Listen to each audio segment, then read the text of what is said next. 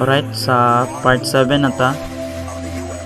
So, na naman tay table, nga na napiunod.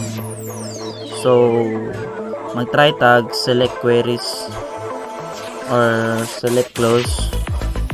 So, na instances nga ang client is pangitaan lang niya nga ID nga naka-specified sa pangalan nga Mark. So, sama na to pagkuha sa pangalan nga Mark sa database. So, inganin mo siya, mag-select all from, wait lang, sige, balik na to ha, select all from users. So, gawas tanan ang mga entities sa tanan nga table. So, ang pangalan is Mark. Select all from users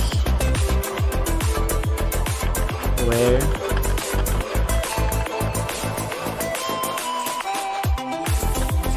name is equals Mark value. And the query. So, empty set siya. Anong empty set? It is because 4 ang nakabutang dria. Then, ang ato ang i-query is A. So, try na to. Use kaning arrow dria sa keyboard. Try lang ka na to. Ilisag 4. If igawas ba niya? Yun. Gawas niya. Or, let's say, pwede na to gamitin ng ID. Select all nga rin ka. Select all from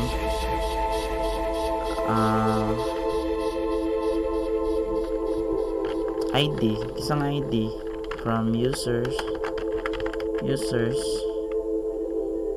where,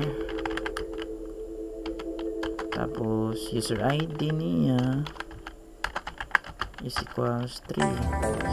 So, sa may magawas ani, tanaw ninyo or tanaw nimo, sa may magawas ani F3 ang ako ang i-query. Si LeBron James. So, ingan na ra ka dali saan paggamit ang select close.